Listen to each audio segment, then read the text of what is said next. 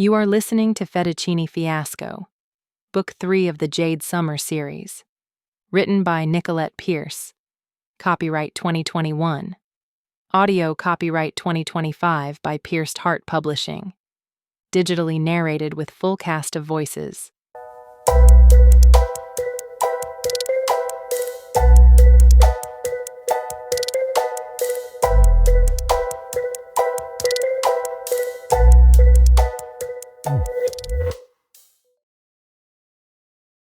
Chapter 21.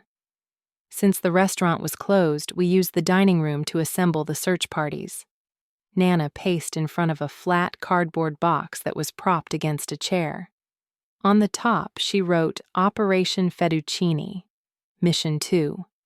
Under it listed probable locations Avery might be. Nana paused and pointed to the locations. Our first tier of places to search is Avery's house, restaurant, and Headington station. We will break into 3 groups. If we don't find anything at these places, we move to Tier 2. Tier 2 was canvassing for information. But I hoped it didn't come to that since we had limited time and manpower. Nash should have the keys to the restaurant and possibly the house, I said. Good. And if the station has been abandoned long enough, one good shove and we can probably get in there without issues. I don't want to get arrested for breaking and entering, Aunt Dot said. Which is why I'll go to the station with Lan and Kobe. Ross, you take your mom and Lily to the house. Dot, you go with Jade and Mila to the restaurant. I stepped away from the group and called Nash. Hey, he said when he answered. I was just thinking about you. Does that mean you might have time to help a girl out? Possibly. What's up? Do you have keys to Avery's restaurant and house? Planning on breaking and entering? Only entering if you have the keys. The detective on Logan's case hasn't done much. She's bound by procedural nonsense. The longer Logan is gone, the less chance we have of finding him. And you think he might be in one of these places? Probably not. But there might be clues left behind to point us in the right direction. I have the keys. Do I get to be in the search party? Absolutely. Meet us at Avery's restaurant in 5. I disconnected and let everyone know we were good to head out. Since Aunt Dot had a car, Mila and I followed her out as she grumbled. For someone who had been humming merry tunes a few days ago, her mood had taken a turn for the grumpy again. When we arrived at the bistro, Aunt Dot parked in a spot near the front door. It didn't look like Nash had arrived yet, so we waited. This had better not land me in jail, Aunt Dot said. I love Logan, but I'm not willing to go to jail for him. Nash has the key, I said, and he worked for Avery, so it's perfectly acceptable for him to unlock the door for us. That's not how the law works. True. But the law wasn't my friend at the moment. I chalked up our search to the gray matter that lived between the law and what was right. A luxury sedan pulled up behind us, and Nash angled out of the car. We met him at the front door. I feel like we should go in the back way, Nash said. Then it would seem suspicious, I said. Mila nodded. Aunt Dot glowered and crossed her arms. Nash slipped 2 keys out of his pocket. One is for the house and the other for the restaurant. Aunt Dot, I said, I know you don't want to be here. Why don't you take the house key and meet the others over there? I don't want to be there either, she said with a huff. But fine, give me the key. When Nash handed her the key, she asked, Who's going to drive you back? I glanced hopefully at Nash. He smirked. I guess the honor is mine. That was enough for Aunt Dot. She turned on her heel and headed back to her car. With the other key, Nash opened the restaurant door, and we followed him inside. He didn't bother turning on the lights in the front dining area but headed to the kitchen.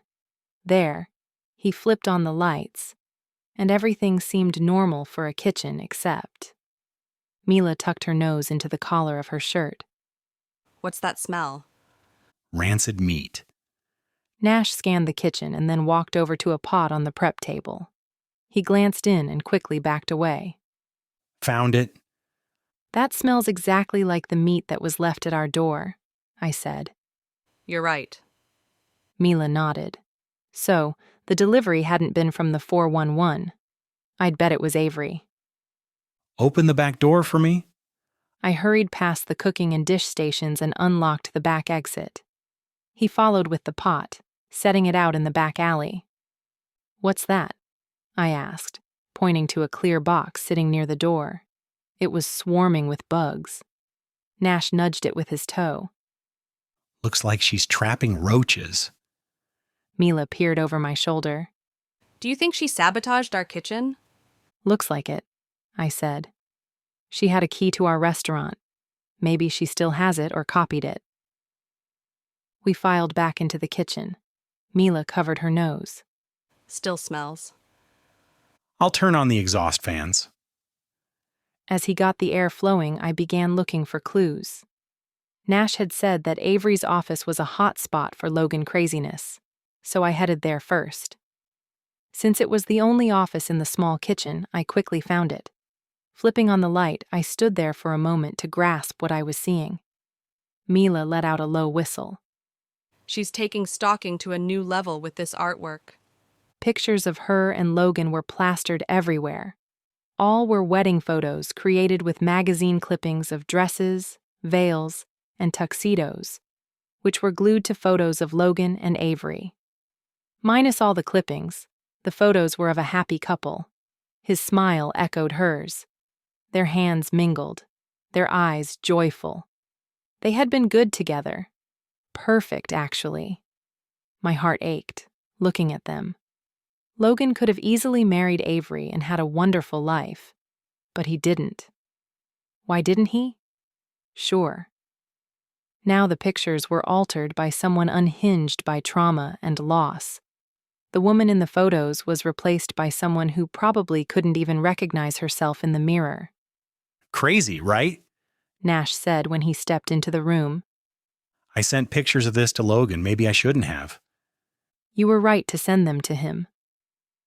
In my heart, I knew Logan felt bad for breaking his engagement, especially after Avery had been wounded by the pyro. Logan would have wanted to make sure she got the help she needed. But where was he now?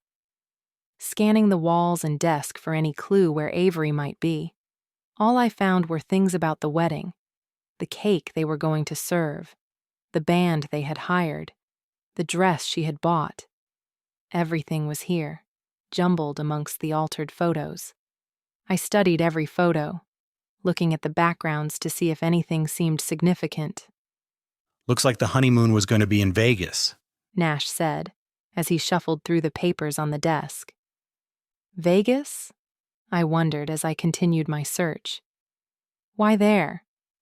I know people get married in Vegas. I just didn't think she'd want it as her honeymoon. New restaurants are popping up all the time there. She probably wanted to try some of them, and what better way than on a honeymoon? At a wedding destination, I said, my mind on fast forward. Yeah. He mumbled, still messing with the papers. Does it say what hotel they would have stayed at? He pulled out a paper. Looks like Lost City. Drive me to the airport, I said. What? I guarantee Avery is at Lost City with Logan. You could be right, but that's a long way to go to find out you're wrong. Shouldn't we keep searching here first? Nana and the rest of you can continue the search here, but I have to go. What about the 411? Mila asked. I glanced at the clock on my phone. There was time to do both. Mila, you figure out flights that go out tonight. Nash, call the hotel and see if you can get confirmation on Avery and Logan's reservation. What are you going to do? I'll call Nana. Let's regroup in a few minutes. About 10 minutes later, I wrapped up my phone conversation with Nana. She had found nothing at the station, and the third group found nothing at the house. So, my only step forward was to go to Vegas. When Nash ended his call to the hotel, I asked, "Well, what did you find out?" Not much. They wouldn't give me room numbers or anything like that, but she asked if I wanted to leave a message on the room's voicemail. So, they're there? It's possible. I had to believe that Logan was at the hotel. I just had to fight, hop on an airplane, save Logan, and then come home for tomorrow's restaurant shift. Easy, I found some flights, Mila said. but the only one I can get tickets for is the one leaving at 8. We'll miss the fight at the 411. Book the flight. I'd deal with the consequences later, I want to go, but I'll need to borrow money. she said with an I'm sorry wince. I was about to hand over my debit card when Nash took out his. I'm going too. I'll pay, I said. I owe you both favors for this anyway. Nash pushed my card away and gave his to Mila. I wondered why he felt the need to pay, especially since he was jobless. But this wasn't an argument I wanted to have right now, especially since I was going to have to tell the 411 I wasn't fighting tonight. However, I wouldn't contact them until we were safely on a plane, and then maybe never come back.